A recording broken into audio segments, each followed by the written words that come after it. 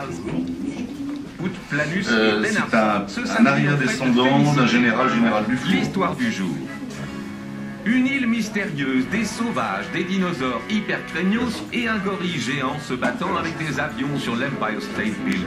Vous avez reconnu le chef-d'œuvre de Cooper et Schoedsack, King Kong, dont la première a lieu le 7 mars 1933. Pour donner vie à ce grand Kong, Willis O'Brien, génie des effets spéciaux, a réalisé une marionnette de 50 cm, mais aussi une tête de Généraux Dufour, avec la mâchoire et les yeux, une patte et une main géante. L'autre est un peu plus Après connu, montage des trucages optiques de tous les folie, deux, dans l'armée de gorille Napoléon. géant Absolument, est parfait. Ils étaient tous les deux à Waterloo, même. 1933, le public est sous le choc pour les autres, certaines c'est scènes. un régiment. C'est un peu, oui, c'est un peu compris, mais ils sont sous l'Arc de Triomphe, était baron. généraux. Il était baron, général d'Empire et baron. Et le titre, c'est vous qui en avez hérité? Non, le titre c'est malheureusement perdu. Au fil des générations, à cause des défis. Voilà. Le plus humain Mais bon. voir du 7e art. Tu t'as un pied? Film Comment dis-tu? à 3 rives. T'as un pied? Kong étant de loin le plus drôle. Non, On si. se quitte avec Il n'y a pas de problème. Non, c'est non. neuf. Non. Je colle... Ok, mais Ouais, je le colle... virgule, et puis je comprends. Girafe. Mais c'est pas facile à empiler les koalas. Et ça, je savais que ça vous ferait plaisir. Vivez la folle journée de Napoléon sur France Bleu Isère. Après les koalas et les girafes de Serge Fournel, tout autre chose, les grognards de Napoléon, Napoléon lui-même, on l'a entendu en début de cette matinée. Et puis Michel Chapuis, bonjour Michel. Bonjour. Bonjour. Je vous appelle par votre prénom. Oui. Alors vous n'êtes pas en uniforme de l'époque, hein? Vous êtes en Non, civil, je dirais. malheureusement, ça aurait pu devenir en Pourquoi uniforme pas. aussi. Mais par contre, votre aïeul, on va dire, parce que c'est arrière-grand-père, 5 générations. était général, c'était le général Gilbert Dufour. Absolument. Oui. De Napoléon. De Napoléon. Et il a écrit, il a laissé des traces écrites que vous avez lues, et donc vous êtes imprégné de son histoire. Absolument. Donc il était, comme vous l'avez dit, général et baron d'Empire. Il s'est illustré. Il est né à Chaumont, dans la Haute-Marne. La même année que Napoléon d'ailleurs, 1769. Il s'est illustré pendant les campagnes de la Révolution, puis il a continué sous Bonaparte et Napoléon. Mais il était en fait intendant militaire, il était ordonnateur de la garde. Il est devenu ordonnateur en chef de la garde impériale à la fin de sa carrière. Dans ce qu'il a écrit, est-ce qu'il fait part de ses états d'âme, des campagnes, des souffrances, des douleurs, ou est-ce qu'il reste assez neutre, assez officiel? Oui, absolument. Donc il a écrit un livre qui s'appelle « Sur la retraite de Russie ». Il l'a écrit après la chute de Napoléon, un peu après, mais en fait c'est comme un journal de bord. Et le fait est que ce document, ce livre, est resté inédit pendant un siècle. Et c'est un cousin. C'était dans votre famille? Dans la famille, ils ont gardé le manuscrit et il a été édité en fait il y a une dizaine d'années. Donc c'est quelque chose tout à fait. Et qu'est-ce que vous avez appris en lisant les écrits de cet aïeul? Est-ce qu'il y a des révélations? Je sais pas. En fait, c'est un journal de bord. Donc il écrivait. Donc c'est au niveau des pertes humaines, surtout pendant la retraite de Russie, les pertes humaines, des pertes en chevaux, des pertes en vivres.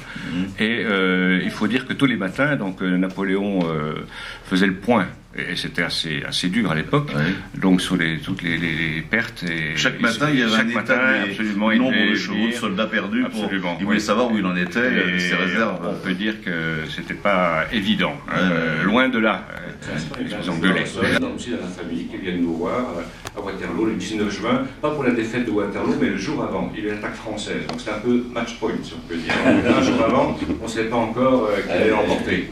Mais il ne faut pas le dire, c'est dans 3 mois, on ne sait pas encore. C'est dans 3 mois, c'est pas encore. Merci Michel Chapuis, aïeul, trisaïeul, ça, 5 générations. Du général Gilbert Dufour, général de Napoléon. Dans un instant, du sport avec Antonin Carmen. Quoi faites-vous aujourd'hui au Moiran, Christian? Oh, Moiran, dans la ville, principalement, il n'y a rien. Il y a le marché habituel. On va aller faire un petit tour et puis bon, on va écouter un petit peu tout ce qui se passe. Il s'en passe des choses. On va vous le faire vivre. Merci à vous, Christian. Ouais. Allez. Bon week-end. Merci, au revoir, Christian.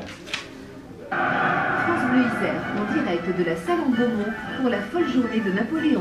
Une folle journée que l'on vous fait vivre en direct de ce gîte Sorel ici à la salle en Beaumont. Pourquoi la salle en Beaumont? Eh bien, c'est ici que les troupes de Napoléon et l'empereur se préparent pour défiler jusqu'à la prairie de la rencontre. Alain Salomon, vous n'êtes pas bien loin, je crois, là. Non, je suis sur la terrasse de ce gîte avec quelques rayons de soleil qui sont en train de caresser le sommet de l'Aubiou. C'est absolument magnifique. Je ne sais pas s'il y a 200 ans, Napoléon avait eu le même type de temps.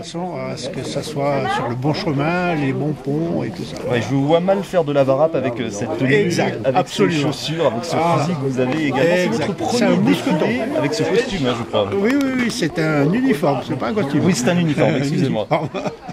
Un uniforme. Qu'est-ce que donc, vous ressentez aujourd'hui? De la fierté.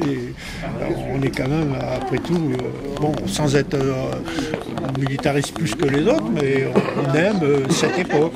Alors on commence avec des petits soldats de plomb, des collections, et puis après on a envie de recréer ce même uniforme de façon à ce que ça soit l'authentique de ce qui se faisait il y a 200 ans. Et c'est comme ça qu'on met un pied dans l'engrenage. C'était le cas de Jean-Gérard Lartin, le sosie officiel de Napoléon. Voilà. Et puis alors après, toutes les manifestations qui sont dans la... Les hussards, c'est toujours à cheval alors, les hussards. Alors toujours. Mais il y en avait des démontés. Il y avait des hussards à pied, mais ils étaient là en attente d'une monture. C'est ça, ils attendaient d'être montés.